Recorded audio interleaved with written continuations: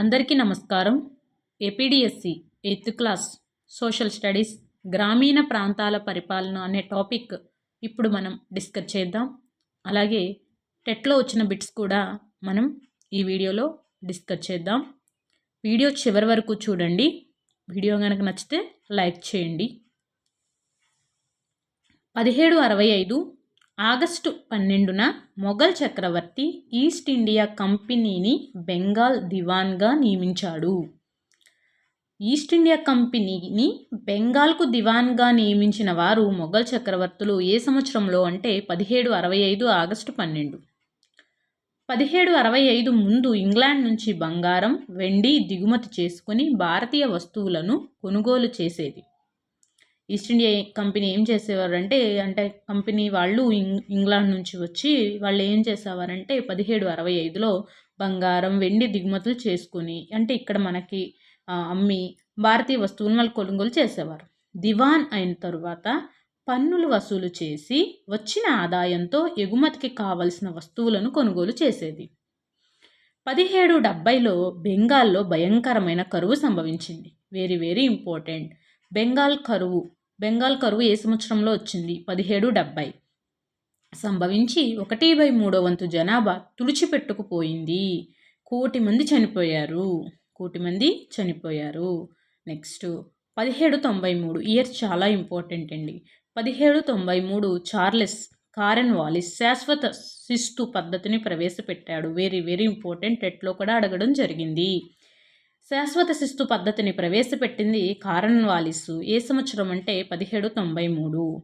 శిస్తును స్థిరంగా నిర్ణయించి వసూలు అధికారాన్ని జమీందారులకు ఇచ్చారు. నెక్స్ట్ కంపెనీ శిస్తును శాశ్వతంగా నిర్ణయించటం వలన జమీందారుల ఆదాయం పెరిగింది, కానీ కంపెనీ ఆదాయం పెరగలేదు. హాల్ట్ మెకంజీ మహల్వారీ విధానాన్ని రూపొందించి 1822లో ఉత్తర భారతదేశంలో అమలు చేశారు. 1822లో ఉత్తర భారతదేశంలో మహల్వారీ విధానాన్ని అమలు చేసిన వారు ఎవరు? Holt Mackenzie. నెక్స్ట్ భూములను సర్వే చేసి ఆ భూములపై రైతుల హక్కుల్ని నమోదు చేసి పన్నులు వసూలు చేసే అధికారాన్ని జమీందారులకు కాక గ్రామ పెద్దకు అప్పగించారు. పన్ను కాలానుగుణంగా మారుతూ ఉంటుంది, ఒకే రకంగా ఉండదు.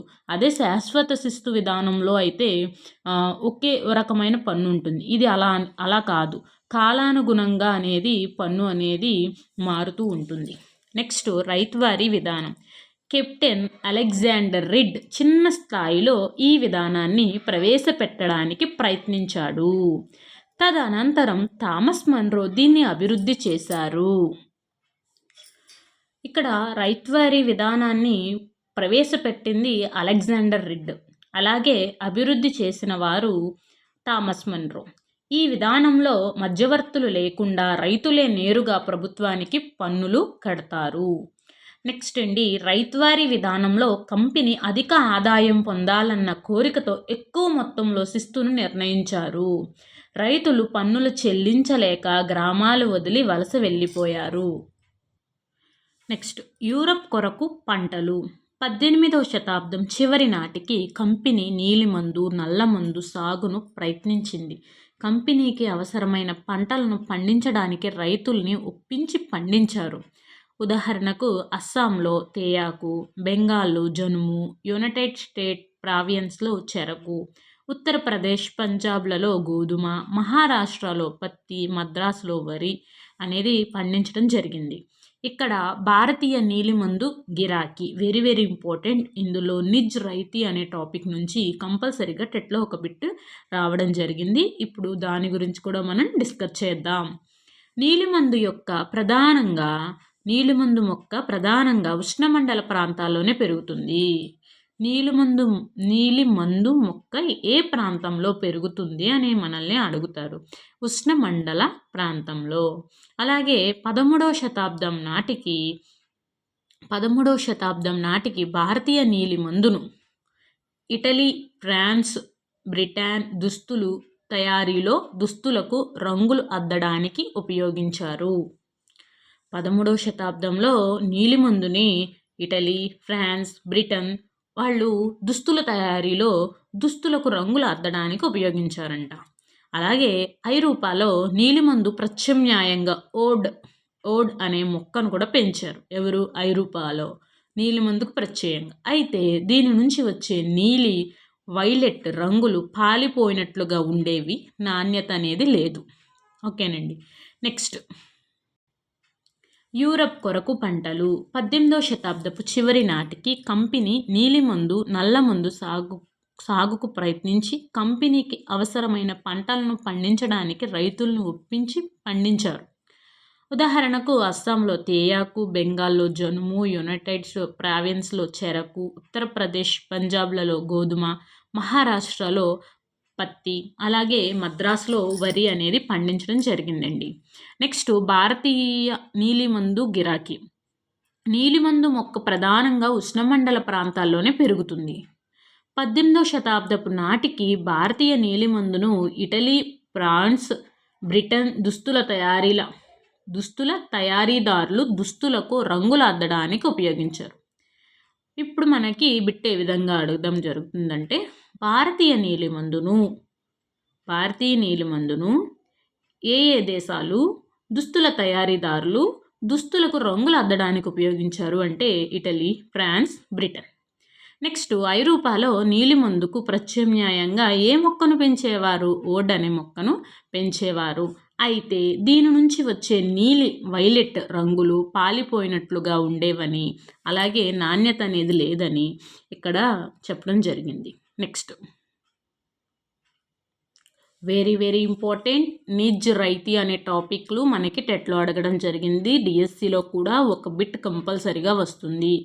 టెట్లో వచ్చిన టాపిక్ కాబట్టి ఈ ఏరియా నుంచి మీకు 3 or 2 బిట్స్ కంపల్సరీగా వచ్చినాయి, 2 or 3 బిట్స్. కాబట్టి ఈ డిఎస్సిలో కూడా ఈ లెసన్ నుంచి కంపల్సరీగా మనకి ఒక బిట్ అనేది రావడం జరుగుతుంది. ఓకేనండి. 18వ శతాబ్దపు చివరి నాటికి భారతీయ నీలిమందుకు డిమాండ్ బాగా పెరిగింది. నీలిమందు సాగులో 2 పద్ధతులు కలవు. నిజ్ రైతీ. తోటల యజమాని నేరుగా తమ ఆధీనంలోని భూమిలో నీలిమందు ఉత్పత్తి చేసేవాడు. 25% భూభాగంలో నిజ్ విధానంలో నీలిమందును పండించారు. రైతీ. ఈ పద్ధతిలో తోటల యజమానులు రైతులతో ఒప్పందం చేసుకుంటారు. ఒప్పందం కుదుర్చుకున్న రైతు తనకున్న పొలంలో 25% భూభాగంలో నీలిమందు పండించాలి. తోట యజమానులు రైతులకు కావలసిన పెట్టుబడి, శిక్షణను అందిస్తారు. నెక్స్ట్, 1859లో బెంగాల్లో రైతులు నీలిమందు పండించడానికి తిరస్కరించి తిరుగుబాటు చేశారు. బెంగాల్లో రైతులు నీలిమందును పండించడానికి తిరస్కరించి తిరుగుబాటు చేసిన సంవత్సరం 1859. దీంతో నీలిమందు నాటాల్సిన అవసరం లేదని విక్టోరియా రాణి ప్రకటించింది. సింథటిక్ రంగుల ఆవిష్కరణలో నీలిమందు అవసరం తగ్గింది. నీలిమందు అవసరం ఎప్పుడు తగ్గిందంటే సింథటిక్ రంగుల ఆవిష్కరణలో తగ్గింది.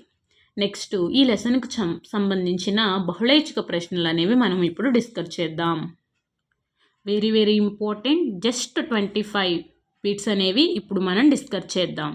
ఈస్ట్ ఇండియా కంపెనీ ఏ సంవత్సరంలో బెంగాల్ దివాన్ అయ్యింది? ఆగస్టు 12, 1765. 1770లో బెంగాల్లో వచ్చిన భయంకరమైన కరువు వలన ఎన్నో వంతు జనాభా చనిపోయారు? 1/3 జనాభా. 1765 ముందు ఇంగ్లాండ్ నుంచి ఏ వస్తువులు దిగుమతి చేసుకొని భారతీయ వస్తువులను ఈస్ట్ ఇండియా కంపెనీ కొనేది? బంగారం. 1793లో ఏ పద్ధతిని ఈస్ట్ ఇండియా కంపెనీ భారతదేశంలో ప్రవేశపెట్టింది? శాశ్వత శిస్తు పద్ధతి వలన ఎవరు లాభపడ్డారు? జమీందారులు. శాశ్వత శిస్తు పద్ధతిలోని సోపానాలేవి? ఇక్కడ పైవన్నీయు అనేది ఆన్సర్ రైట్ అండి. కంపెనీకి ఎలాంటి లాభం చేకూరలేదు. జమీందారులు భూమి అభివృద్ధిపై శ్రద్ధ కనబరచలేదు. చాలామంది రైతులు శిస్తు కట్టలేక తమ భూముల్ని కోల్పోయారు.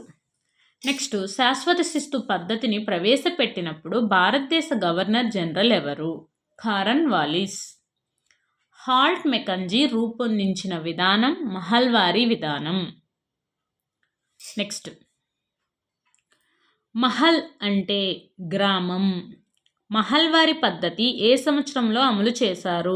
1822. మహల్వారీ పద్ధతిలో పన్ను వసూలు చేసి కంపెనీకి కట్టే బాధ్యత ఎవరిది? గ్రామ పెద్ద.